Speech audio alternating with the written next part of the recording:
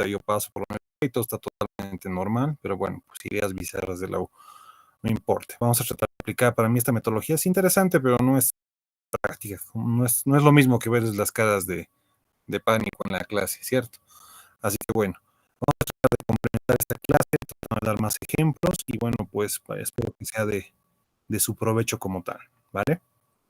Me avisan por favor si hay algún problema en la diapositiva, si no cambia, a veces suele suceder este tipo de problemas en este tipo de plataforma. Entonces, nos habíamos quedado más prácticamente haciendo una breve recapitulación de lo que son los traumas torácicos y las consecuencias de lo que son los traumas torácicos.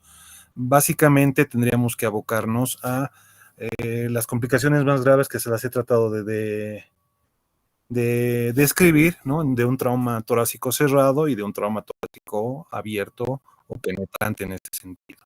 Para esta situación hemos empezado a hablar más o menos, ¿no? Del hemotórax, el neumotórax. Hemos tratado de ver más o menos cómo ha sido la situación en cuanto a imagen, diferenciación en imagen tenemos nosotros en este tipo de patologías. He tratado de demostrarles con pruebas fehacientes cuál es la diferencia imagenológica de una patología con la otra. Eso como un previo preámbulo, muchachos. No sé si cambia. A ver. Hay gente que todavía quiere entrar, ¿ves?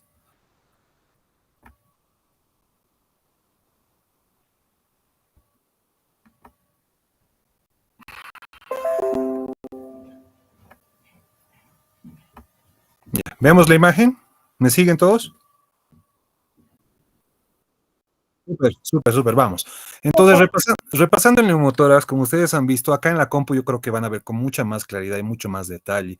Este es un breve repaso donde nos hemos quedado en la anterior clase. Entonces, el tip o la clave para diferenciar un neumotórax tiene que ser basada en la densidad. Entonces, si nosotros vamos en las densidades o en las imágenes, que es en radiología, por ejemplo, hemos visto que existen imágenes radiopacas y radiolúcidas.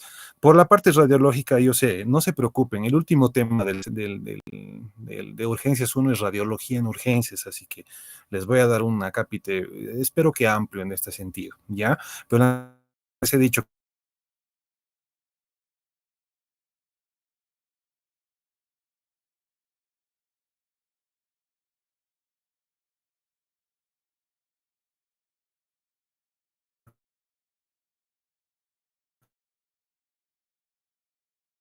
que no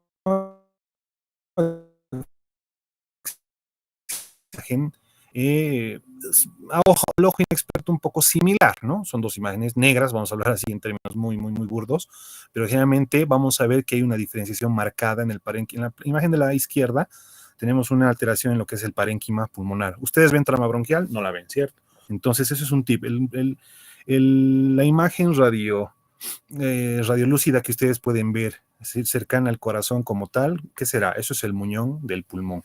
Y en la imagen de la derecha, ahí tenemos totalmente un pulmón colapsado y hay un pequeño esbozo a nivel de lo que es la parte inferior de lo que sería el pulmón derecho en este caso.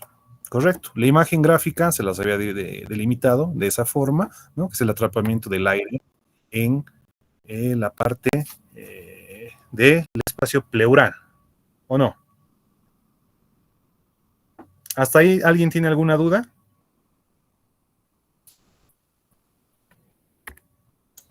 No, doctor.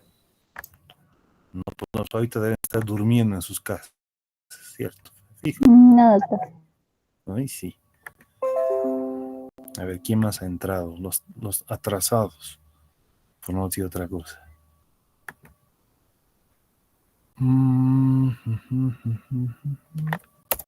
Ya. Entonces, ¿cuál es el tratamiento como tal que nosotros hemos tratado de más o menos abordar? Ya les había dicho, ¿no? La toracocentesis es en el hemotórax y en el neumotórax tenemos que hacer una... ¿Qué es eso? ¿Qué está en la imagen? Ahora ya tengo aquí su lista, aquí vamos a ir preguntando. Damaris Ramos. Hola. Damaris. Ya, no está Damaris, a la lista negra. Emerson Jair.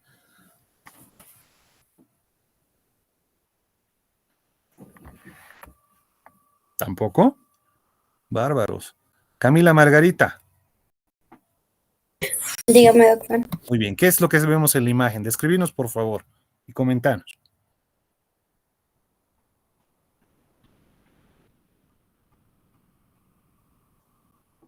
Vamos a ver un paciente que está, tiene electrodos en ambos, por así decirlo, en ambos pulmonares, aparentemente. Ya, ¿qué es lo llamativo en este paciente? O sea, ¿qué procedimiento le han hecho a este paciente? Está obvio, ¿no? Acá, ¿Una toracocentesis, doctor? una toracocentesis. Pero ¿será toracocentesis si estamos hablando de neumotórax?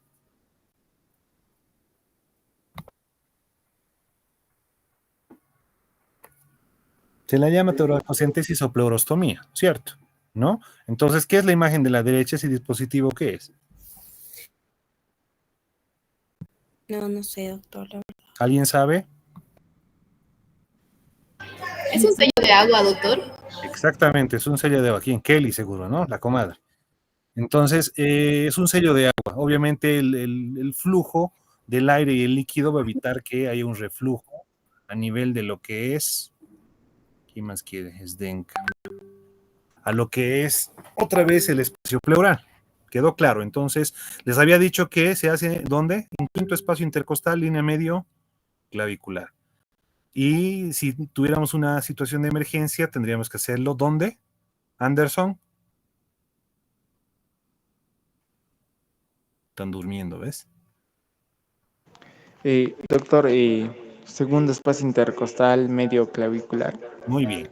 Entonces, es importante tener ese tipo de tips para que nosotros podamos tener algún tipo de salvataje si es que tenemos algún tipo de eventualidad de emergencia absoluta como tal.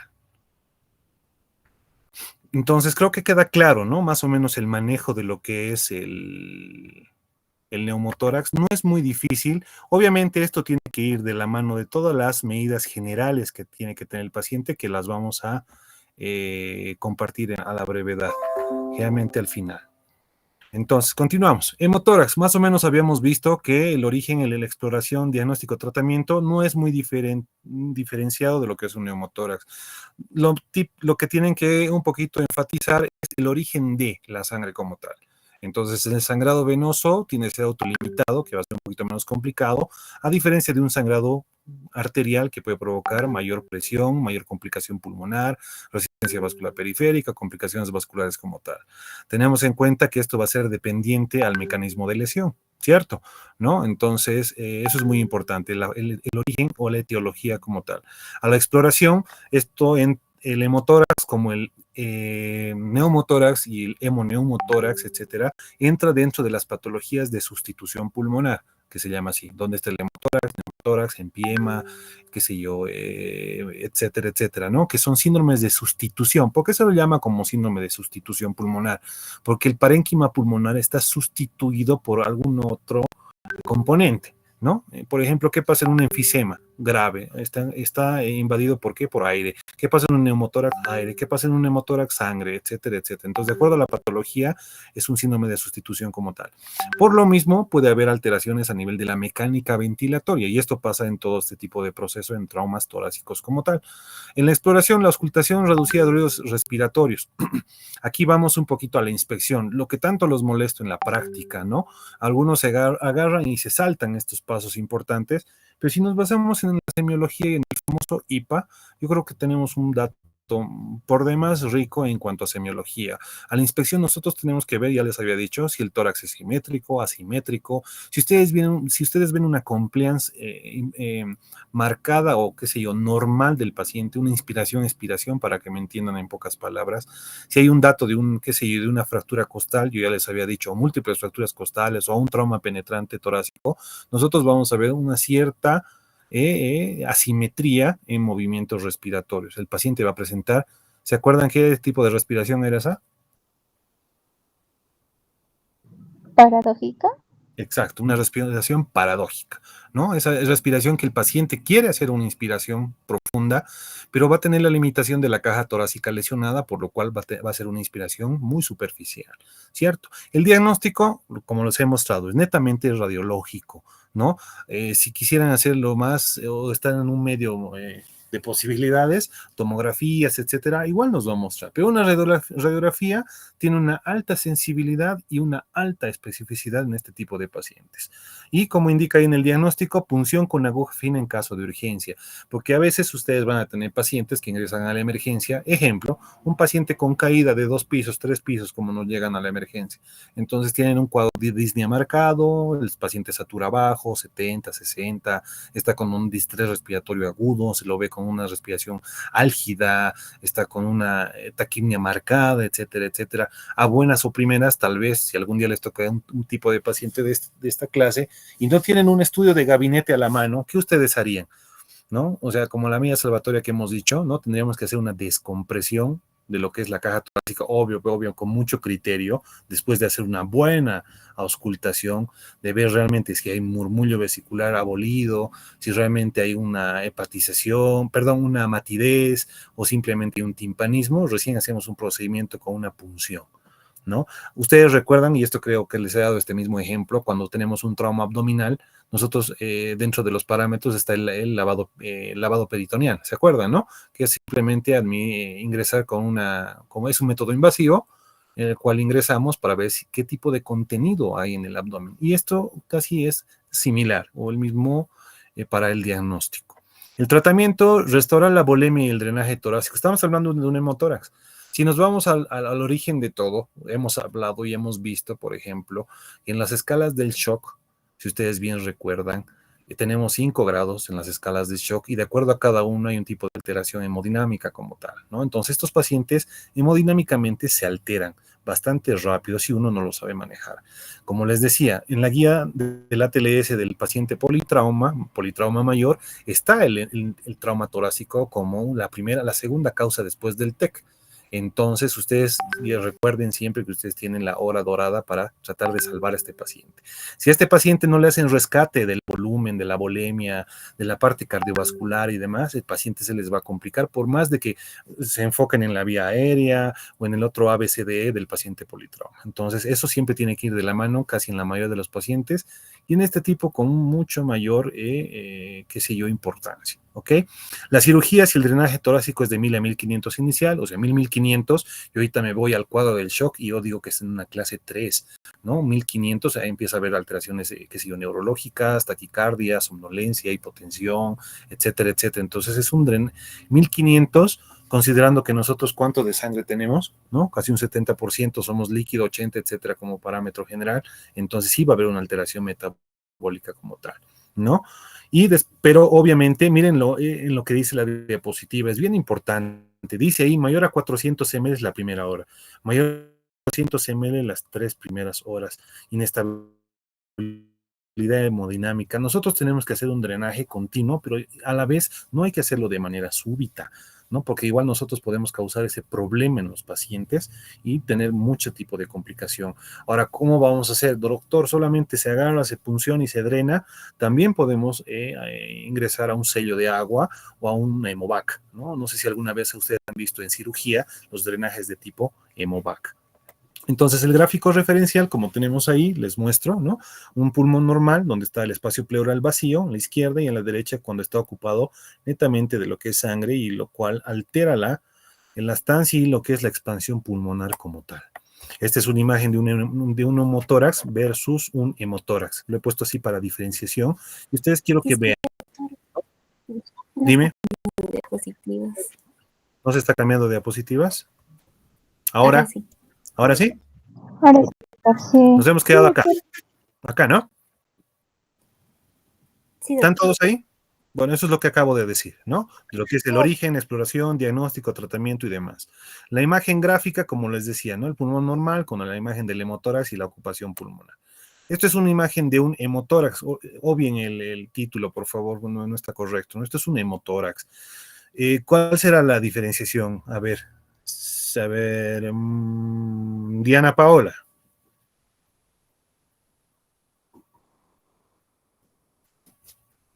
Hola.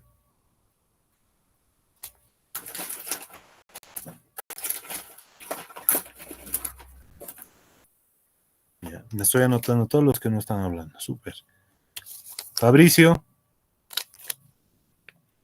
Sí, doctor, ¿qué ves de raro en esa placa?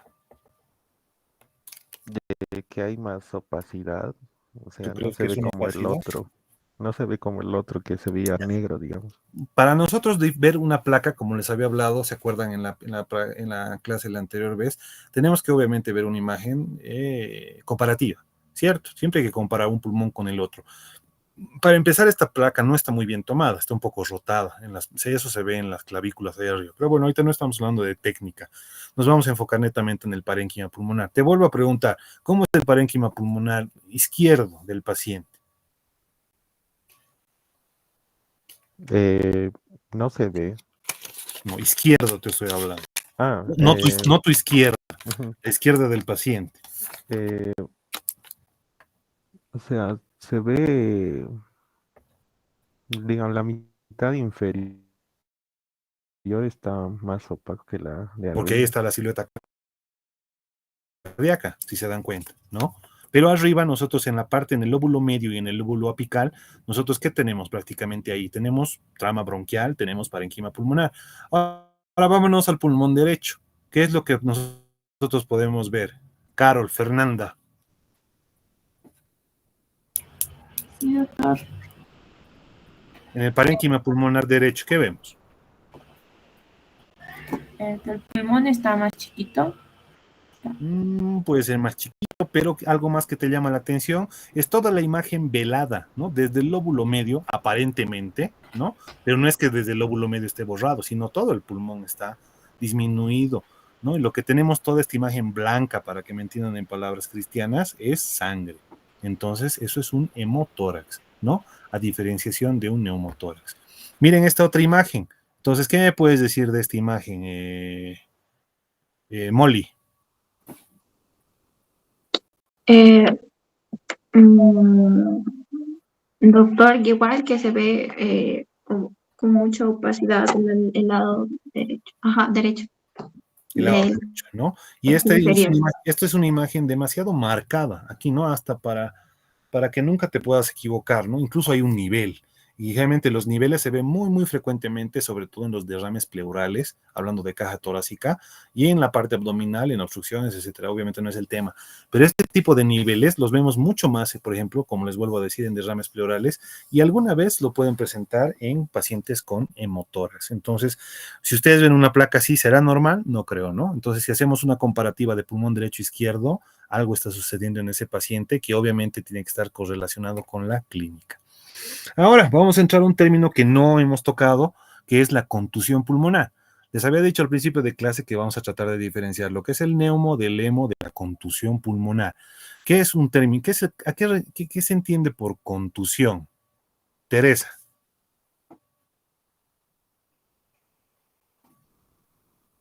¿Teresa?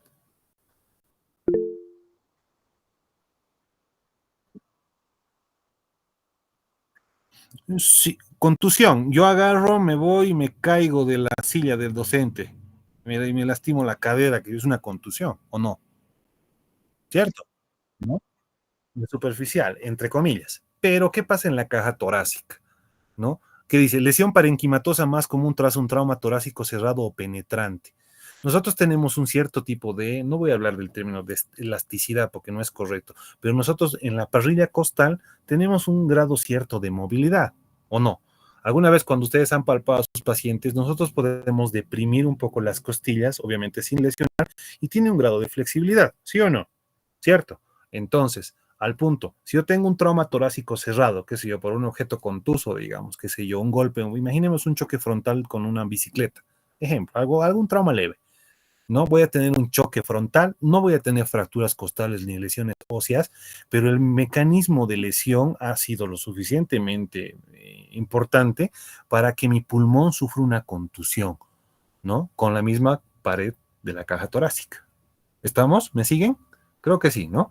Entonces, solamente es una contusión. Puede decir, sí, no solamente es un trauma, solamente va a haber dolor, etcétera, etcétera, etcétera. Pero si ustedes se dan cuenta, Está presente en el 70% de los traumas torácicos graves.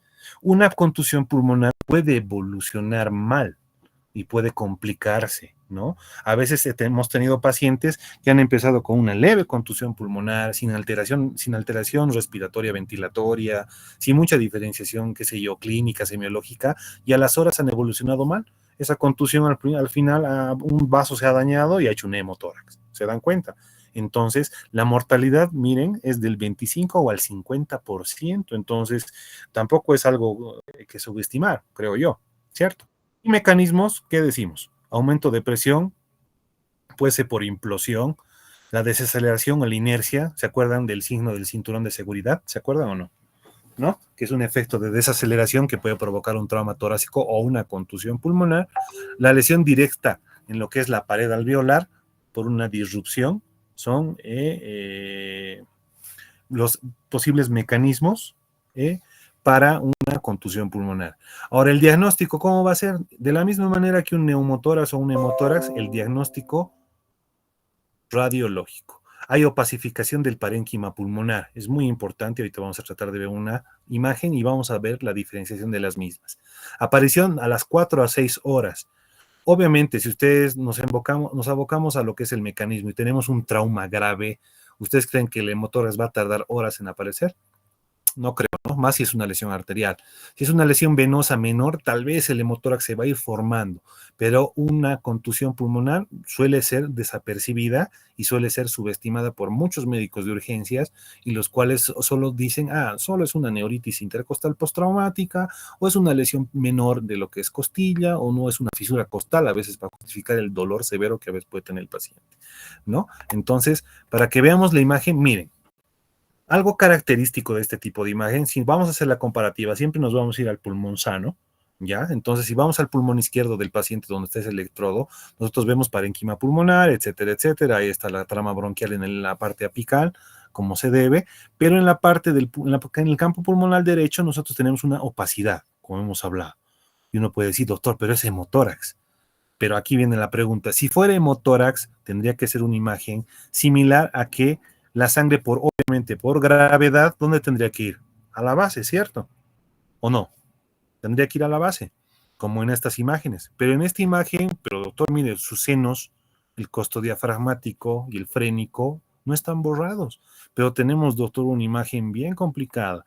Si a mí me mostrara alguien una placa de este tipo, sin el antecedente, por ejemplo, a un ojo inexperto, sin el antecedente traumático, yo puedo decir, mira, tu paciente está con una neumonía. ¿Por qué? Puede confundir con este tipo de opacidad del parénquima pulmonar o da un dato de un infiltral alveolo intersticial. Eso lo vamos a ver en radiología, no se preocupen.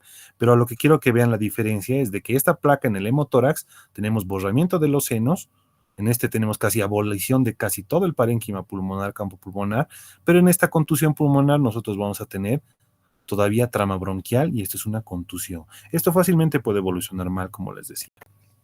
Para ser un poco más exquisitos, nosotros deberíamos ir más, obviamente, a la clínica y tenemos que hacer exámenes complementarios. Si ustedes se han dado cuenta, para ver lo que es hemotórax, neumotórax, la radiología es altamente sensible, pero para la contusión pulmonar a veces no hay tanta sensibilidad en el estudio radiológico, entonces tenemos que tomar mucho en cuenta eso.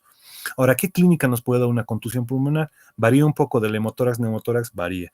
Hemoptisis. Ustedes saben que la hemoptisis, no confundamos, por favor, con la hematemesis, ¿no? Ni la vómica, ni nada. Es hemoptisis, sangre proveniente de lo que es vía respiratoria. Puede haber febrícula. ¿Por qué habrá febrícula? Ludwig. Doctor, no. No, el otro Luis. Sí, doctor. ¿Por qué habrá febrícula o fiebre en una contusión pulmonar?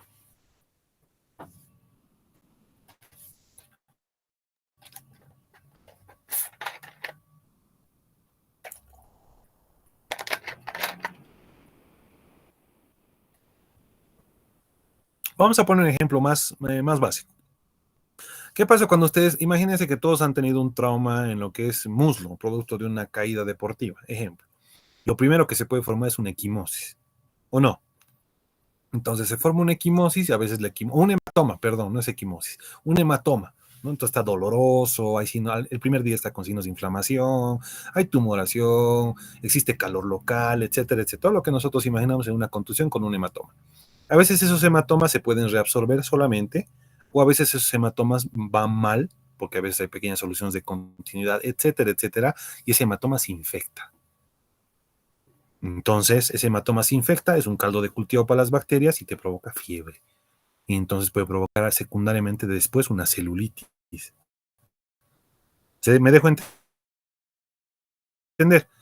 Entonces, ¿qué pasa en la contusión pulmonar? Hay un trauma, golpe directo, pero es un mecanismo secundario, pero has recibido un golpe, un trauma. Entonces puede haber vestigios de hematomas, hematoma pulmonar, puede haber un pequeño hematoma, una colección de sangre, que puede ir mal y a la vez puede sobreinfectar, etcétera, ¿no? O puede fistulizar en algunos casos y provocando un hemotórax, pero puede provocar un proceso infeccioso.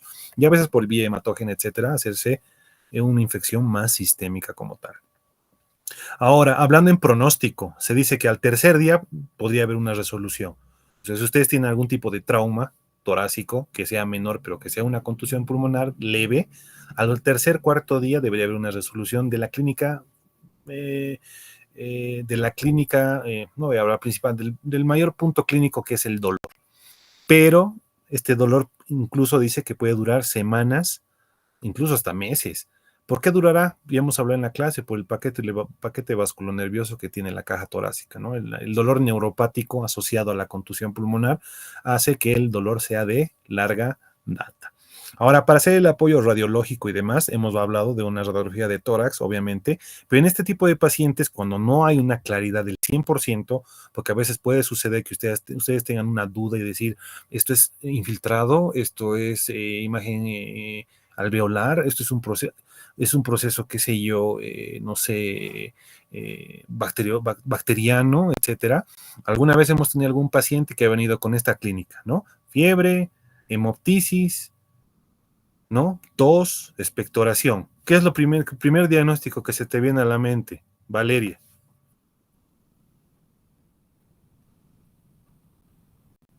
Valeria Velarde.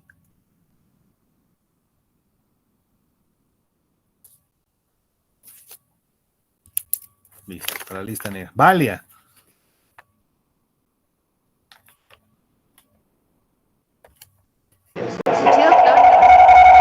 ¿Dónde estás? ¿Qué diagnóstico darías de lo que he mencionado? Paciente con hemoptisis, fiebre, expectoración, tos. ¿Cuál sería tu primer diagnóstico? Así de a secas, ¿en qué pensarías? ¿Neumonía, doctor? Una neumonía, ¿no? Claro, todos dirían, no, pues es una neumonía, está con tos, está con expectoración, ha tenido hemoptisis. Incluso otros se animarían a decir, pero esa hemoptisis debe tener tuberculosis. ¿Alguna vez nos ha pasado esto con un paciente? Sí, cuando era interno yo. ¿A qué nos hemos olvidado preguntar al paciente? ¿Qué creen que nos hemos olvidado preguntar al paciente? ¿Se ha tenido algún trauma? Exactamente, si ha tenido algún trauma. Nosotros estábamos enfocados con que era un cuadro neumológico, tal cual. Y hemos dicho, no, pues hay que cubrir ahora bacterias, hay que cubrir que no sé, que no hay neumococo, que aquí, que allá, etcétera. Y habíamos obviado que el paciente se había caído hace 2, 3 semanas, ¿no? Se había caído de un andamio, etcétera, un albañil. Entonces, su neumonía o su proceso infeccioso ha sido secundario a un trauma torácico cerrado, ¿no? Posterior a una contusión pulmonar. Entonces, si se dan cuenta, nosotros tenemos que tener mucho énfasis en los antecedentes de los pacientes, no obviar, ¿no? Les puede dar mucha información. Ahora, volviendo al diagnóstico, para mí es clínico. Obviamente, el soporte imagenológico es esencial. Hablando un poquito de la tomografía, ¿no? Y dice que es el gol estándar para identificar contusiones pulmonares, sí. Como les digo, en el hemoneumotórax no hay mucha dificultad. A los ojos básicos y avanzados es la misma imagen, no va a cambiar mucho y es fácil deducir. Pero como les digo, en la contusión pulmonar puede haber más dudas y la tomografía puede ayudar mucho más. Si ustedes vamos a ver esta imagen de la izquierda, que es una tomografía que tal vez no han visto muchas tomografías, yo voy a tratar de mostrárselas en vivo porque tengo varias placas. Son imágenes, serán hipodensas y hiperdensas, ¿no? Generalmente son hipodensas, ¿no? Que simulan un sangrado como tal, pero netamente es afectación del parénquima pulmonar. Ahora, para ir avanzando un poquito en el tratamiento de las contusiones pulmonares, ¿qué deberíamos dar al paciente? Oxígeno. Obviamente, en las medidas generales, una de las principales en todas ya sea en el hemotórax, en el hemoneumotórax o en la contusión pulmonar, oxígeno, ese pobre pulmón está con baja demanda de oxígeno por obviamente las lesiones, la baja expansión torácica, etcétera, entonces tenemos que darle un aporte. Pregunta, ¿alto o bajo flujo?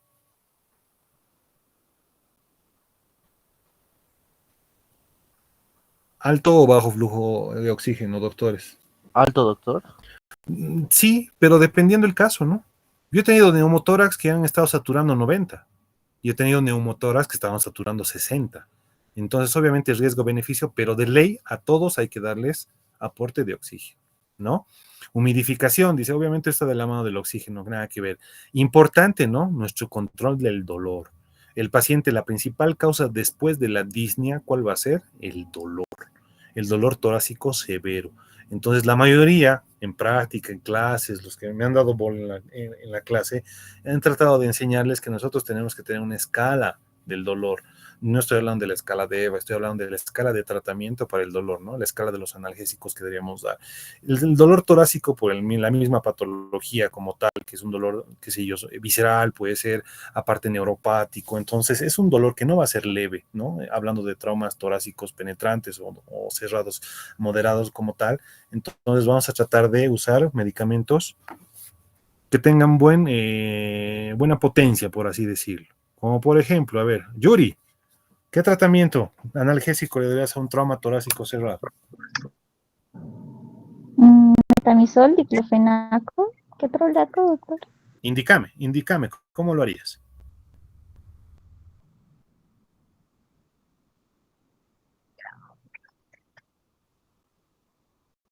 Puede ser, es un esquema, ¿no? Otro esquema, a ver, Sdenka, o Shedenka, perdón. Sí, doctor.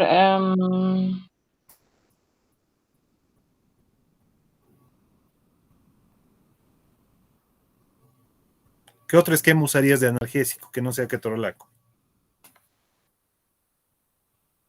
Metamizol. ¿Cuánto? ¿Cómo es el metamizol? Metamizol 50 ml intravenosa. 50 ml. Presentaciones de metamizol tenemos que partir de ahí, ¿cierto? Un gramo, doctor, intravenoso. 1 gramo intravenoso, ¿no? Podemos usar 1 gramo. 4 gramos. ¿Cuál es la dosis tóxica del metamizol, Marcos?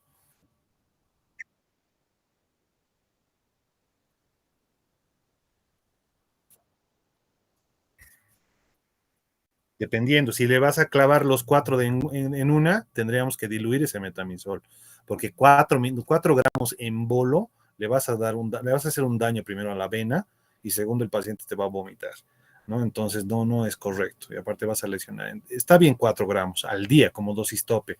Entonces puedo poner, qué sé yo, 1 gramo endovenoso y puedo dejarle otro gramo o 2 gramos en goteo, en solución, ejemplo. Ahora, no tienen metamizol, ¿qué hacemos? Otro esquema, Doctor, Ya, Luis, responde. doctor, pero si usted comenta de que no es un dolor relativamente alto, ¿no sería mejor ir al segundo escalón que sería con opioides débiles? Claro, o sea, estoy yendo de menos a más. Porque Ah, tal vez a ustedes les va a tocar este tipo de pacientes y tal vez, por ejemplo, no tengan tramadol. Entonces, ¿qué van a usar? Porque yo no puedo ser un docente cuadrado y agarrar y decir, ¿saben qué? Sí o sí van a usar tramadol 100 miligramos diluido o 100 miligramos, etcétera, etcétera. ¿Qué tal si algún día les llega este paciente y no tienen tramadol? ¿No? Entonces, ustedes tienen que tener variantes de tratamiento. De eso se trata la urgencia. ¿Qué tal si tu paciente te dice, doctor, no sé, yo he tomado tramadol, soy alérgico al tramadol, a la vaina, ¿qué hago? Entonces, poder dejarle en goteo, no sé, ketoprofeno, ¿no? 200 miligramos en solución, ejemplo. Podré dejarle el ketorolaco 60 miligramos cada 8, cada 12, etcétera, etcétera. Entonces, lo que estoy tratando de plasmarles no es un manejo mío, para nada. Es opciones de tratamiento, porque cada uno de ustedes a posterior va a tener su propio criterio clínico, ¿cierto? Entonces, eso estoy tratando de hacer con ustedes. Opciones, y siempre de menos a más. Estamos ahorita suponiendo desde un paciente que tiene una contusión pulmonar leve al más trauma torácico terrible como tal. Y la mayoría de esos pacientes con trauma torácico, ¿qué daríamos, Luis?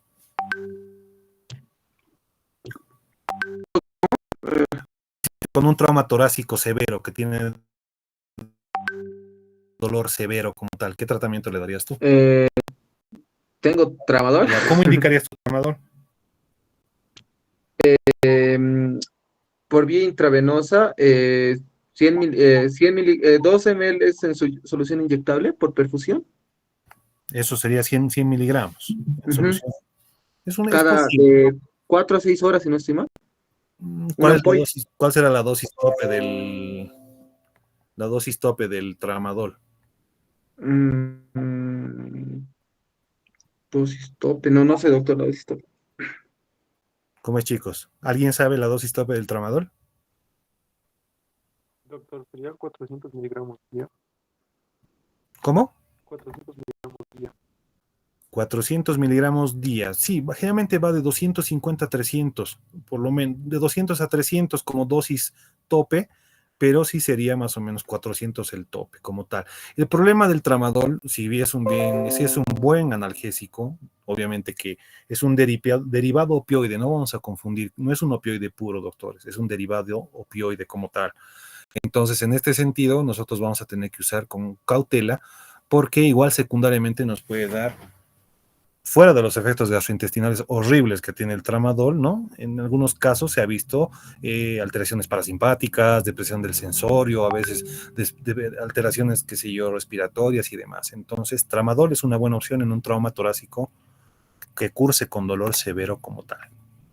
Ahora, cuando nosotros hablamos, les decía, de trauma torácico como tal, uno lo que primero viene a la mente es hemotórax, neumotórax, y ahí se acabó, en el pantallazo general. Todos lo ven como hemotórax y neumotórax, pero han visto que tenemos ahora contusión pulmonar, pero también tenemos lesiones de la vía aérea. Imagínense un trauma torácico abierto, que llegue, no sé, a lesionar bronquios, que llegue a lesionar parte de tráquea, etcétera, etcétera, porque la parte de la patología del mediastino también importa acá. Entonces vamos a ver que hay en 1 o 2% de los traumas torácicos cerrados con alta energía, o los famosos bolets costales en los traumas torácicos penetrantes como tal, se asocian generalmente estos a contusiones pulmonares. Si bien les había dicho que nosotros podemos lesionarnos de todo ahí adentro, ¿por qué no nos podemos lesionar la vía aérea? ¿Por qué no? Si podemos lesionar los vasos, etcétera, etcétera, ¿cierto? Entonces hay que tener mucho cuidado en ese tipo de lesiones. Localización tenemos, según su porcentaje como tal, en un 80%, parte de lo que es la carina traqueal, o la intersección de lo que son los dos bronquios como tal, ¿no? O a veces en la tráquea cervical como tal. ¿Cuál va a ser la clínica? Importantísima en la clínica como tal. Enfisema subcutáneo. ¿Alguien sabe qué es el enfisema subcutáneo? Kelly.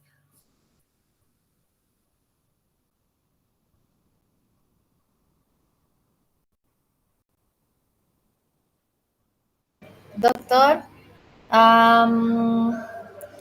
es la acumulación de aire cuando se acumula aire debajo de la piel y entre la piel y el tejido subcutáneo. Sí, obviamente. ¿Por qué? ¿Por qué llegará el aire ahí?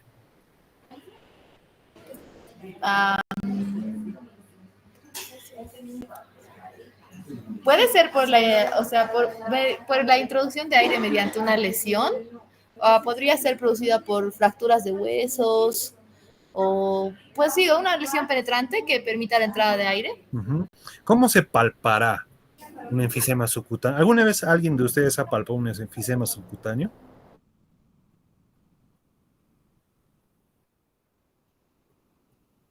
No creo, ¿no? ¿Alguna vez ustedes han palpado nieve?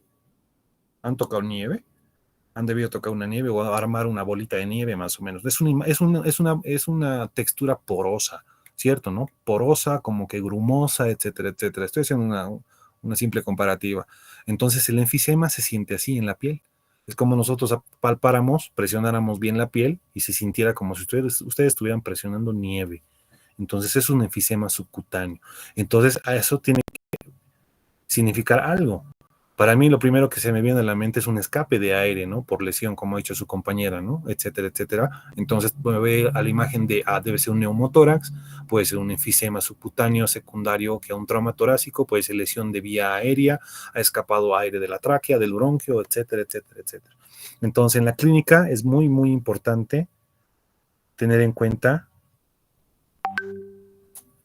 ese dato, es muy importante, ¿ok? Obviamente la disnea, la hemoptisis, como lo habíamos visto previamente, siempre va de la mano de lo que son las patologías de este tipo, ¿no? Insuficiencia respiratoria secundaria, obviamente, ¿no? El tratamiento que vamos a hacer, oxígeno, drenaje torácico, pero en este tipo de pacientes, lo principal que uno debería hacer ante la identificación de la lesión, debería ser una reparación quirúrgica como tal. Ahora me dirán, doctor, pero yo no soy cirujano, no soy torácico, no soy esto, etcétera, etcétera. Tendríamos que aplicar a este paciente, ¿qué?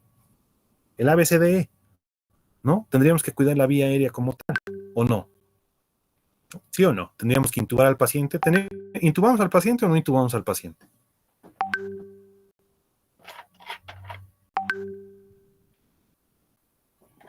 Es una pregunta abierta, por si acaso.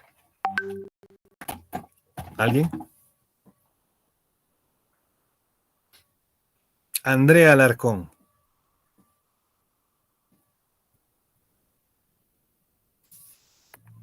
Naranjas. Doctor. Adriana, Pablo. Andrea, te hago la pregunta. ¿En este tipo de pacientes nosotros intubamos al paciente?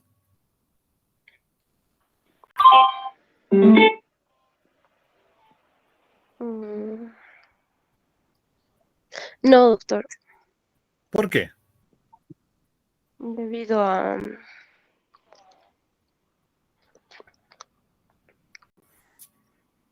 mm, Una pregunta media compleja, ¿no? O sea, ¿intubo al paciente? ¿No intubo al paciente? Pero si está lesionada la vía aérea, ¿tengo que proteger la vía aérea? ¿Protejo la vía aérea o solamente le doy soporte de oxígeno? Es una pregunta un poquito medio ambigua, ¿no? Media compleja. ¿Intubo o no intubo? Etcétera, etcétera. Lo más indicado, según las guías, por ejemplo, es que hagan un buen soporte de oxigenoterapia, ¿no? El aporte de oxigenoterapia, esperando que no haya una hemorragia, por ejemplo, concomitante y demás en la vía respiratoria, va a salvatar la vida al paciente como tal. Entonces, no se olviden, y les vuelvo a repetir, y les voy a repetir todo el tiempo, porque ustedes tienen memoria de pollo, entonces les olvida todo. Entonces, la oxigenoterapia en este tipo de pacientes es esencial como tal. Tal vez no van a ver muchas cosas porque no han visto muchas tomografías, lo sé, pero si nosotros nos vamos a la flechita que está en la imagen, como es una tomografía, doctores, por si acaso, ¿no? Donde vean este halo redondito, ¿no? El pequeño en el medio, eso es lo que es parte de la tráquea, ¿no? Entonces, si ustedes vemos, debería ser una circunferencia totalmente normal, sin interrupciones, pero aquí vemos una solución, una salida. Si ustedes ven acá, hay una salida, entonces eso me llama a mí la atención y eso es una lesión de lo que es la vía aérea como tal. Obviamente en la radiografía ustedes creen que se va a ver una lesión de vía aérea, pregunto yo. Difícil, no se va a ver. Entonces sí o sí tendré que pedir una imagen un poquito más fina, una tomografía en el mejor de los casos. Ahora, también tenemos que hablar de la patología mediastínica, ¿no? Lesiones del mediastino. ¿Qué tenemos? ¿El mediastino qué es? Es un espacio virtual, etcétera, etcétera, donde están, ¿no? Algunos elementos de la caja torácica, ¿no? Parte del corazón, vasos grandes, etcétera, etcétera. Lo más típico cuando tenemos alteraciones o lesiones en el mediastino es lesión vascular. En este caso, la aorta. Es un vaso grande, es un vaso importante, es un vaso que se puede lesionar, obviamente. Entonces, que nos puede provocar que una hemorragia masiva. La incidencia es menor al 2%, indica en trauma torácico cerrado, pero asociado a 2/3 de la fractura costal alta. Y hablo de fractura costal alta porque si tienen fracturas, qué sé yo, costales en flotantes o en últimas costillas, no va a haber este tipo de lesión. Pero si tenemos fractura esternal o fractura de costillas o un bolet costal o un tórax inestable, tenemos que siempre descartar de la mano de, obviamente, nuestros signos vitales, una lesión vascular como tal. A ver, pregunta bien sencilla, sumamente sencilla. A ver, Gabriela Yoshimi. ¿Estás ahí? Hola. Gabriela. Listo, a la lista negra. Siguiente, Giselle.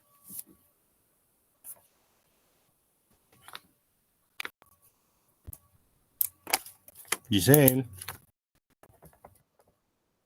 Muy bien. ¿Qué clínica te dará una lesión de aorta? ¿Tú qué crees? ¿Qué alteraciones en tus signos vitales? A ver, descríbeme. Si nos llegara un paciente con una lesión aórtica o vascular, ¿qué te traduciría? ¿Cómo se traduciría en tus signos vitales? Ya, una. ¿Qué más? Puede ser compensatoria. ¿Qué más?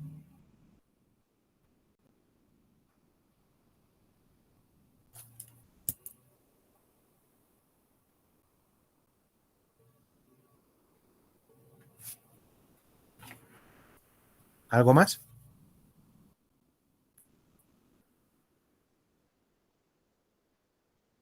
La juntucha.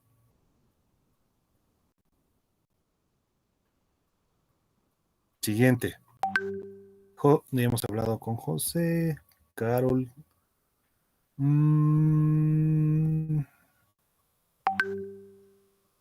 Vanessa. ¿Estás ahí? Sí, doctor, ¿estaría hipotenso? Exacto. ¿Por qué estaría hipotenso? Obviamente va a perder sangre, ¿no? ¿Por qué estaría taquicárdico? Porque estaría compensando la hipotensión como tal. ¿Cuál sería tu manejo ante ese tipo de pacientes?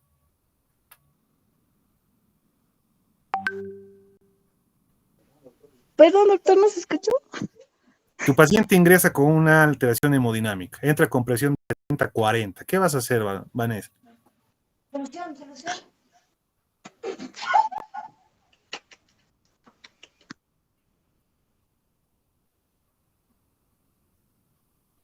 ¿Nadie? Por eso no me gustan las virtuales, son terribles. Joel Ronald.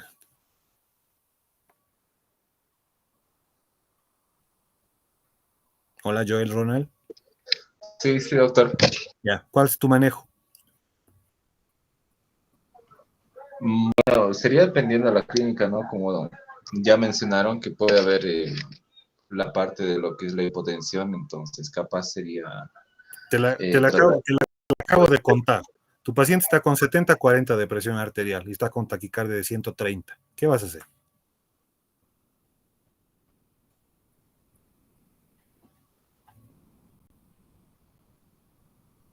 Doctor, ¿estabilizamos con líquidos? Ya. Obviamente tendríamos que ir a la primera pauta de lo que es reposición líquidos. He tratado de enseñar todo el semestre esta situación. ¿Cómo repasamos con líquidos, Brian?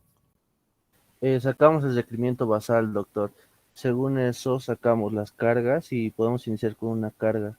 Creo que eso de memoria todos saben, ¿no? O creo que de Sí. memoria se lo han aplicado para el examen la mayoría. Entonces, obviamente este paciente hay que rescatarlo con líquidos primero. Obviamente ideal sería paralelo aporte de sangre, ¿no? Y esto es un tema que casi se repite en todo el paciente politrauma, ya sea trauma abdominal, trauma torácico, trauma de extremidades con un síndrome compartimental, etcétera, que vamos a ver en la próxima clase. Entonces el aporte de líquido y la parte hemodinámica es muy, muy importante como tal, ¿ya? Entonces lesiones de aorta no pueden pasar desapercibidas en un trauma torácico. ¿Y eso cómo nos vamos a dar cuenta? ¿Ustedes tienen ojos de ecografía? No. ¿Tienen ojos de tomógrafo? Tampoco. Radiografía, ¿me va a ayudar a ver la aorta? Solamente a veces el botón aórtico, después una lesión difícil. ¿Qué me va a dar la traducción de que hay una lesión vascular, posiblemente sea secundaria, hemotórax, etcétera? Los signos vitales. Por eso siempre los molesto con los signos vitales como tal. Entonces, en clínica, ¿qué tendríamos? Dolor torácico severo. Diferencia en la tensión arterial, ¿no? Puede haber una variabilidad, sí, obviamente. Disfonía, disfagia, paraplegia, shock. El diagnóstico, netamente clínico, ¿no? En la radiografía, como le dice ahí, ensanchamiento mediastínico, que realmente a veces es muy difícil ver porque a veces lo confundimos mucho con la silueta cardíaca y el mediastino tampoco está muy pintado, que digamos, en la placa radiográfica, entonces a simple vista primera no va a ser muy sencillo. Aquí hay dos imágenes que son un poquito más o menos referenciales, que es un angiotac y una resonancia magnética. Un día van a ver esto, si algún día llegan a especializarse en este campo y demás, donde vamos a ver, por ejemplo, en las flechitas como tal, que hay una disrupción de lo que es el vaso como tal. También podríamos pedir arteriografías o una tomografía. En este caso sería útil una tomografía torácica contrastada, pero obviamente de riesgo-beneficio. En esta imagen de la izquierda, ustedes miren cómo está de bonito pintado el callado aórtico, ¿no? El callado aórtico y demás, pero hay una disrupción y una lesión en lo que es la vena. ¿Cuál es el tratamiento? Quirúrgico urgente. Obviamente, si este paciente les llega a tocar en la provincia, en un lugar lejano y demás, el paciente tiene los minutos contados como tal. Ahora, el corazón está en la caja torácica, obvio, ¿cierto? Entonces también podemos tener lesiones cardíacas. La contusión miocárdica, pericarditis traumática y rotura cardíaca. 3 cosas que ustedes tienen que mantener en mente cuando hablamos de lesiones cardíacas por trauma torácico. No sé si esto en cardio lo habrán llevado. Difícil, porque no llevamos trauma en cardio, ¿no? Llevamos pura patología. Entonces, ahora es cuando podemos más un poquito repasar qué es una contusión miocárdica. Si indica que va de un 15 a 25%, estas solamente son estadísticas. Puede ser más, puede ser menos, etcétera. Y eso es invariable, ¿no? Eso es variable, perdón. Alteraciones del ST. ¿Por qué habrá alteraciones del ST? A ver, vamos a ver. Las que se estaban riendo, ¿quién serán, no? Vanessa.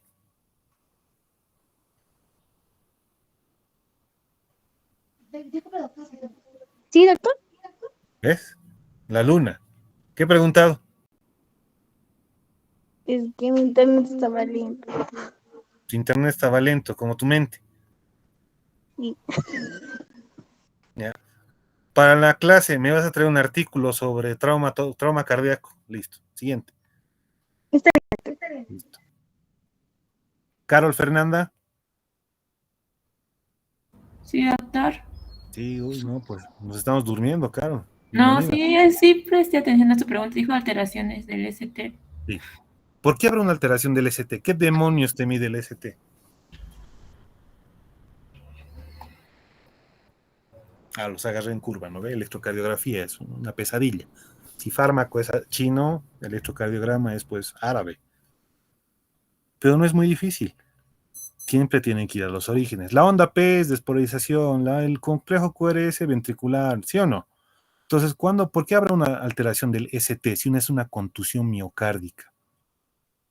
Lo mismo que ha pasado, lo mismo. Alteración en la conducción en la conducción eléctrica de las aurículas a los ventrículos, doctor. Puede ser. Es uno de los fenómenos que puede suceder. Si nos vamos un poquito atrás, a las diapos atrás, hemos tenido contusión pulmonar, ¿cierto? Entonces acá tenemos contusión miocárdica igual. Entonces hay un proceso fisiopatológico grande, ¿no? Un proceso inflamatorio, un proceso, qué sé yo, de citocinas, etcétera, etcétera. Incluso puede llegar a una muerte del miocito como tal. Entonces, secundariamente, el cuerpo va a tratar de compensar, defender, etcétera, etcétera. No vamos a ampliar mucho el tema porque los voy a marear con electrocardiograma. Enzimas poco útiles. ¿Qué enzimas vamos a solicitar si tenemos un trauma cardíaco como tal? Edward Darío.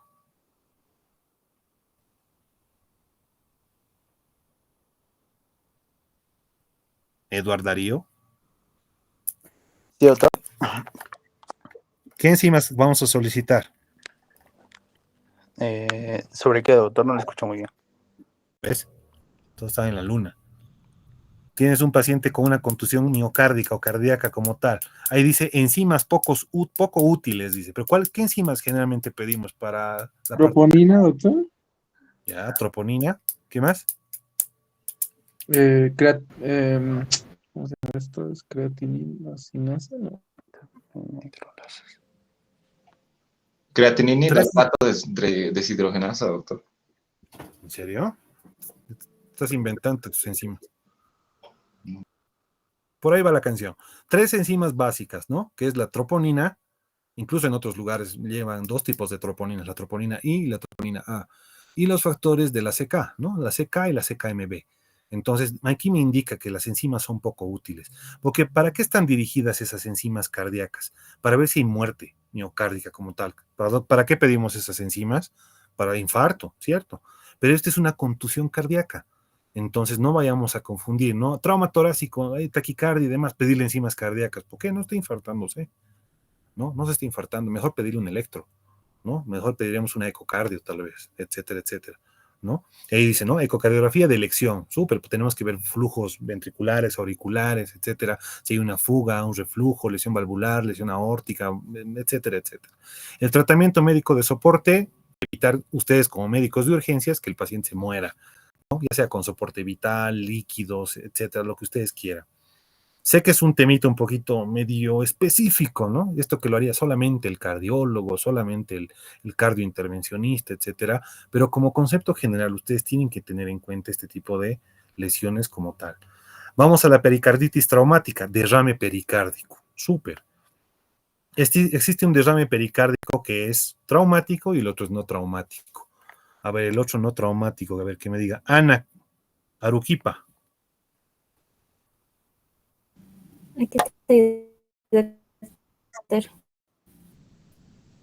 Muy bien. Derrame pericárdico, que no sea traumático. Etiología. No me acuerdo. No, sincera, ¿ves? No se acuerda. Sí. Muy bien. Cindy, Miluska. Sí, doctor. Causas de derrame pericárdico, que no sea trauma.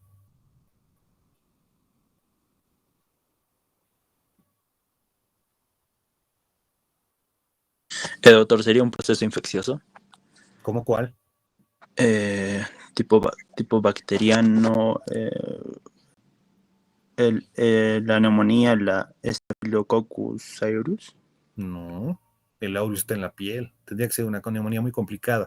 La pericarditis, por ejemplo, ¿no? Por el La cual, ¿no? pero esto sería acompañado de una endocarditis.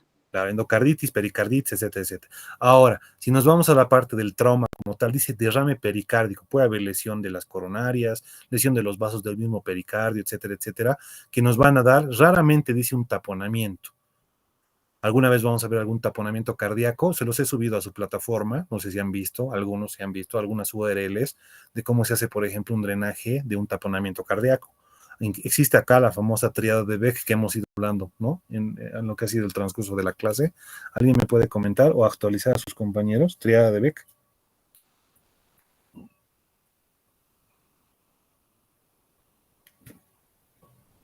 Triada de Beck, vamos. Era hipotensión, ingurgitación yugular y ruidos cardíacos apagados. ¿Qué venas? ¿De la vena? La yugular, doctor. Cuello. Cuello tiene muchas venas. Ingurgitación yugular. ¿Qué más? Ruidos hipofonéticos y hipotensión. Entonces, esa es la tríada de Beck. Entonces, si su paciente presenta, no sé, 80-40, le ven la yugular que está 3-4 cruces ingurgitada y tienen ruidos hipofonéticos, entonces ustedes digan, no, empiecen a rezar, porque ese corazón, el pericardio está empezando a llenar de sangre, similar al hemotórax, donde han visto que el pulmón se vuelve un muñón, el corazón va a empezar a entrar en déficit, porque obviamente cuando empieza a latir no va a tener la misma expansión como tal. Entonces va a haber una falla en su funcionalidad. Y el otro que es más grave, que creo que es letal, es la rotura cardíaca, ¿no? Más frecuente en trauma torácico penetrante. Taponamiento pericárdico hay, la mortalidad obviamente va a estar elevada, no es lo mismo, ¿no? Una contusión que una rotura pericárdica o miocárdica, ¿no? Y en este caso tendría que ser tratamiento quirúrgico de urgencia. Obviamente, este paciente puede llegar a morir en minutos. A ver, ¿quién me puede más o menos comentar qué puede ver acá? Sé que no son expertos en imagen, pero por lo menos intenten. Algo llamativo o no llamativo que vean en esta placa.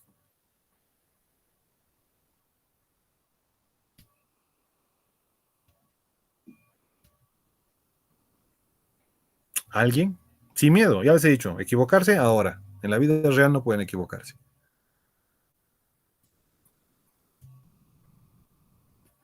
Ya, pues, ¿no? Como no les gusta.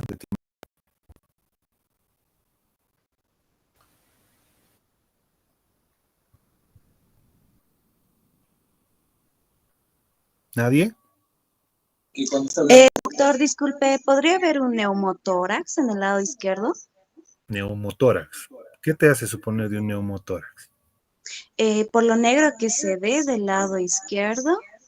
Radiopaco. Podría haber tal vez un pulmón más estrecho, tal vez. A ver, pregunta, no sé si ustedes pueden ver si muevo mi puntero. ¿Muevo mi puntero? Creo que sí, ¿no? ¿O no? Sí, doctor. ¿No? Entonces, si nos vamos a las imágenes del pulmón derecho como tal, ustedes pueden ver aquí en la parte oscura y ustedes lo primero que pueden decir, doctor, es un neumotórax. Pero para mí no es un neumotórax porque hay una imagen, ¿no? Acá está el parénquima pulmonar, nos hace un signo de la silueta que nos hace confundir un poquito, sí. Pues el signo de la silueta es cuando dos imágenes se interponen, ya sea el parénquima pulmonar con el hueso, por ejemplo, y nos puede dar una imagen alterada. Ese es el signo de la silueta. Entonces, ¿me puede dar una alteración? Sí, puede ser. Pero si me voy al parénquima pulmonar izquierdo como tal, voy a empezar a marcar. Miren esta delimitación. ¿Será normal esto? No es normal, porque ¿dónde está mi silueta cardíaca? Realmente mi silueta cardíaca tendría que estar acá el botón aórtico, ¿no? Tendría que estar aquí más o menos la aurícula derecha lo que es parte del ventrículo y en esta parte de la izquierda tendría que verse el ventrículo izquierdo como tal. Entonces, esto es una colección. Esto es una colección de líquido. Obviamente no es líquido, es sangre como tal. Puede ser una alteración, una lesión de vaso o una lesión miocárdica o una rotura cardíaca, etcétera, etcétera. Voy a pasarles después en un videíto a la plataforma donde van a ver este tipo de lesiones. No se preocupen, vamos a complementar. Lesiones diafragmáticas, ya para terminar. El diafragma también es parte fundamental de lo que es la caja torácica, obviamente es el divisor de lo que es la caja torácica con la cavidad abdominal. Entonces hay una incidencia del 10 al 20% en el trauma penetrante, ¿no? El lado izquierdo en el 90%, porque ¿no? El hígado protege el diafragma en el lado derecho. Si bien te vas y tienes un trauma torácico abdominal, paciente politrauma mayor, como indica ahí, tal vez tu hígado te puede proteger al diafragma, porque está protegido y por eso un órgano, una víscera maciza, una víscera dura. Pero en lo que es hipocondrio izquierdo está el vaso, ¿no? Y el vaso es pues, más sensible, ¿no? Que cualquiera, como que ustedes, entonces se puede lesionar, dañar, hay que sacarlo al vaso, se puede lesionar el diafragma, etcétera, etcétera. Mecanismos similares a los previos, en cuanto a los órganos se refiere, ¿no? Puede haber una elevación brusca de la presión abdominal y estallido de la cúpula diafragmática, terrible dolor, terrible alteración hemodinámica general súbita en este tipo de pacientes. Un trauma penetrante o fragmento de costilla, la costilla igual puede lesionar a lo que es el diafragma como tal, ¿no? O una violenta distensión del músculo como tal por aumento de la presión intraabdominal. ¿Cuáles son las consecuencias de que hay una disrupción de la integridad del diafragma o de que hay una ruptura como tal? Como indica ahí, puede haber una herniación de las vísceras, del estómago, del colon, generalmente colon transverso, el epiplón como tal, parte del hígado, a veces vaso o a veces incluso polos renales como, ¿no? Como órganos involucrados. El diagnóstico es algo bien interesante porque muchos no hablaban en general de lo que era la lesión diafragmática, más como una lesión secundaria. Entonces, si alguien tenía un trauma torácico severo y demás, se iban siempre a los órganos, ¿no? Diana, que era corazón, pulmones, vías aéreas, pero el diafragma siempre estaba ahí, como que en un lado, no muy bien estudiado, si vale el término, o si no muy bien abordado, hasta el momento en que realmente se empiezan a presentar las complicaciones, es como que recién le dan la importancia necesaria. Ahora, ¿qué diagnósticos o qué métodos imagenológicos podríamos nosotros aportar o ayudar? Una radiografía, obvio, casi todo va en radiología, si ustedes se dan cuenta, en rayos X como tal. Una TAC torácica para ver si hay un problema de disrupción, rotura o estallido, todo lo que ustedes quieran. La tomografía sí es obviamente un poquito más específica y más sensible.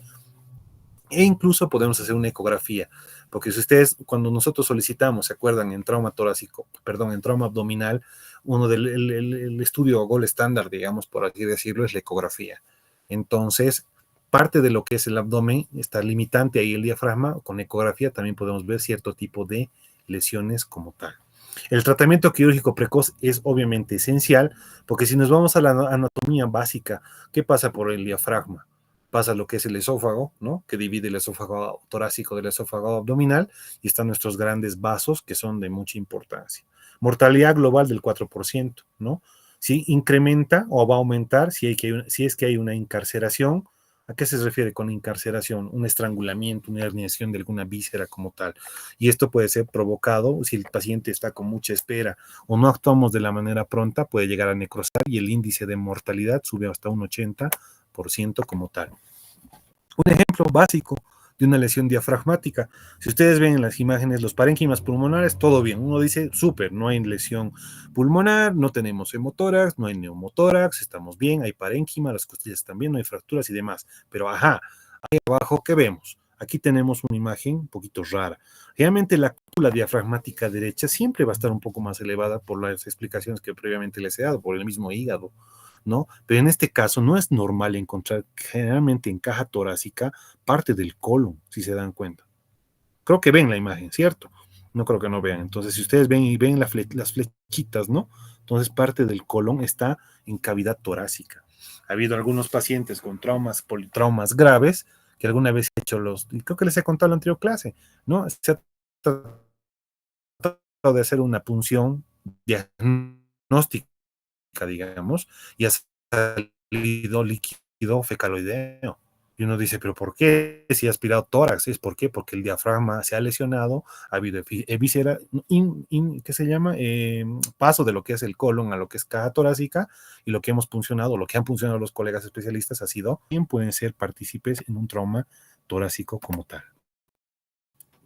De la mano de las lesiones esofágicas. Mucho de hablar de las lesiones de esófago, a menos que sea un trauma penetrante, no hay mucho que hablar, ¿no? Salvo que la clínica característica de una lesión como tal, ¿cuál sería? Más que todo, más que la disfagia, sería la hematemesis, ¿no? Que está descrita acá como segundo punto, ¿no? Enfisema cervical, raro de encontrar, jamás lo he visto, y no sé, ojalá que algún día lo vea. Derrame pleural concomitante, a veces puede existir, pero muy bajo.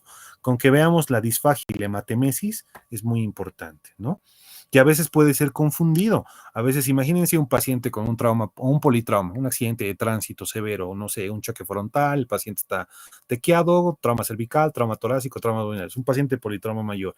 Y el paciente empieza a tener emesis sanguinolenta. Entonces, lo primero que uno puede pensar es, sí, no sé, pues, se ha lastimado, ¿no? Se ha lesionado el estómago. Puede ser lesión gástrica, puede ser perforación gástrica, etc. Nos olvidamos que tal vez puede ser lesión esofágica, entonces hay que darle nomás bola al esófago como tal. El tratamiento obviamente es reparación netamente quirúrgica y la mortalidad, 70% para mí es alto. De cada 10 pacientes, obviamente 7 van a tener un riesgo de mortalidad como tal. Y para ir terminando, importante recordarles, ¿no? Estas son las listas, esta es como que la lista negra, ¿no? Como ustedes en la U, son la lista negra de las lesiones que realmente van a tener un riesgo vital importante. El neumotórax a tensión, que realmente en un trauma torácico se puede evidenciar, pero más que todo un neumotórax abierto, hemotórax masivo, el taponamiento cardíaco. Entonces, cuando ustedes tengan este tipo de pensamientos, ya tienen que relacionarla netamente con la clínica. Rotura traqueobronquial, lesión aórtica, rotura diafragmática, con herniación intratorácica de las vísceras, obviamente, perforación esofágica, contusión pulmonar con o sin bolet costal, como habíamos hablado, una obstrucción de la vía aérea, ya sea por rotación o necrosis de lo que es el colon, ejemplo, y una insuficiencia respiratoria secundaria a todas las patologías que hemos hablado. Entonces, imagínense, cuando nosotros hablamos, imagínense que yo les doy un caso clínico o les pongo una pregunta en el examen, ¿no? Que ahora el examen del hito 4 va a estar mucho más interesante. Y les pongo un caso clínico similar. Imagínense, miren, ustedes tienen muchos diagnósticos diferenciales. ¿Qué tal si les pongo un caso clínico de un trauma torácico común y simple, pero con alteración hemodinámica, alteración respiratoria, alteración ventilatoria, etcétera? ¿Cuál será su diagnóstico? Entonces ustedes pueden jugar desde un neumotórax, un hemotórax, rotura traqueobronquial, rotura diafragmática. Entonces, ¿cuál es el punto de esto? No todo es neumotórax o hemotórax solamente. Ahora estoy tratando de despejarles las dudas, espero, que tenemos múltiples tipos de lesiones que pueden aparecer en un trauma torácico como tal. Y más o menos para finalizar, ¿qué vamos a hacer? Lo que hemos tratado de hacer toda la presentación, ¿no? Hemos ido echando ideas, ¿no? De cuál va a ser tus medidas generales, cuál va a ser tus soluciones, etcétera, etcétera. Esto es netamente progresivo en cuanto al manejo clínico y a lo que es el criterio de cada uno de nosotros, ya les he dicho. En medidas generales tendremos que poner al paciente en reposo absoluto, obviamente en EPO, control de signos vitales, si está hemodinámicamente inestable, a este paciente de ley tengo que monitorizar y hacerle un control mínimo de cada 15 minutos, por lo menos 2 horas o la hora dorada si quieren. Tengo que hacerlo en reposo relativo en Fowler, sí o sí, oxigenoterapia, sondaje vesical, que para ver si va a presentar datos de oligoanuria por un shock secundario, ejemplo, se dan cuenta. Entonces, todas las medidas generales que ustedes puedan ver pertinentes depende del caso del trauma como tal. Soluciones, como ya hemos hablado previamente, hay que hacer cristaloides de carga, reposición hematológica y después coloides, ¿no? Eso ya lo saben, recuerdo los requerimientos basales, cargas, etcétera, etcétera. Los fármacos han visto. Hemos ido desde medicamentos básicos, ¿no? Como el metamizol, hasta medicamentos como el tramadol, e incluso no hemos mencionado lo que es la morfina, ¿no? En algunos casos que podemos llegar a utilizar, sin obviamente deprimir la parte respiratoria del paciente, ¿no? Y los estudios complementarios, que en este caso han visto que dentro de todas las patologías, la que mayor utilidad nos muestra es el rayos X, ¿no? La radiología en parte es rayos X como tal. Ahora, si tenemos la opción de nosotros solicitar un estudio complementario como una tomografía, etcétera, ¿deberíamos hacerlo de rigor? Sí. Y las valoraciones correspondientes como tal. Entonces, he tratado de sintetizar, porque trauma torácico, les comento, es un tema muy ampuloso, es un tema muy, muy, muy, muy grande, de acuerdo a las patologías que vemos, que hemos visto acá, hemos podido tocar un poquito. Entonces, pero más o menos he tratado de sistematizar y resumir más que todo las posibles complicaciones y el manejo básico que nosotros deberíamos hacer en urgencias como tal. ¿Alguna duda, alguna pregunta? ¿Es ahora o nunca?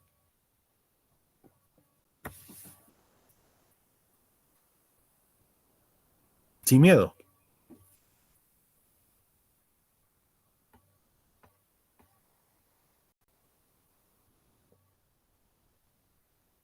Bueno, si todo está claro y demás, espero que repasen. Las diapositivas están desde hace varios días atrás en la plataforma. Vean algunos videos que he subido que no son muy actualizados, debe ser de 1 año, 2 años atrás máximo algunos, pero yo los he visto muy didácticos, la verdad, en trauma torácico y el tema anterior también en trauma abdominal. Repasen, vayan repasando lo que son estos temas, porque son de los mayores que van a entrar, digamos, a lo que es la próxima evaluación. ¿Ok? La próxima evaluación va a ser obviamente más clínica de diagnóstico como tal, así que espero que a todas estas diapos de lo que es etiología, mecanismo, complicaciones, tengan la idea marcada y la idea clara de manejo, sobre todo ante la urgencia como tal. ¿Ninguna duda, jóvenes?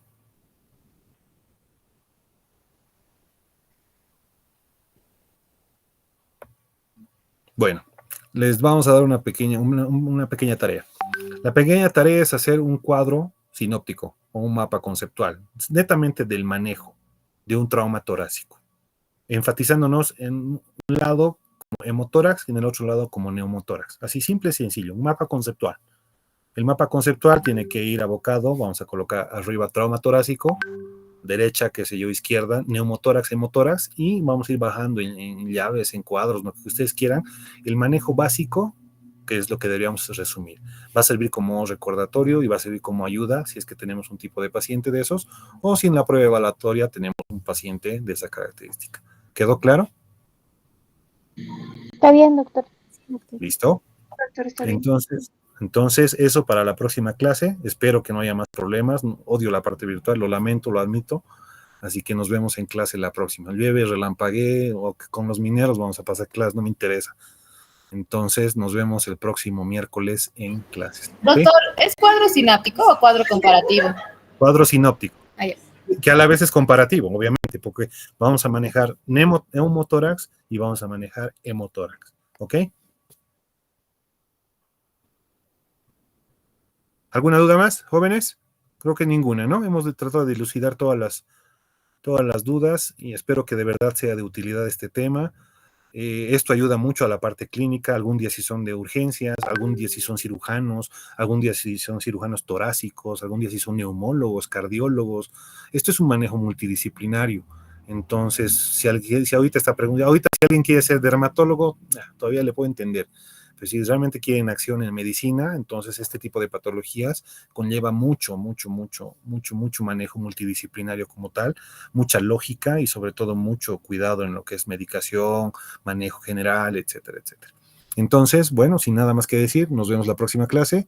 Espero que lo repasen, lo lean. Por favor, he subido las guías netamente del PHTLS, el ACLS a la plataforma, den una revisada en trauma torácico, en el PHTLS específicamente, y todavía hay un poquito de fallas, esto desde el examen anterior, en el manejo de líquidos.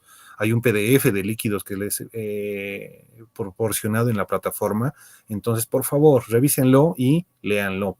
Y sobre todo, se han dado cuenta que hay muchas tareas, ¿no? Pendientes personales, creo. Fármaco, hay que seguir repasando fármaco, por favor, doctores. ¿Estamos de acuerdo? Si no hay nada más que decir, nos vemos a la próxima. Cuídense. Hasta luego. Chau, chau.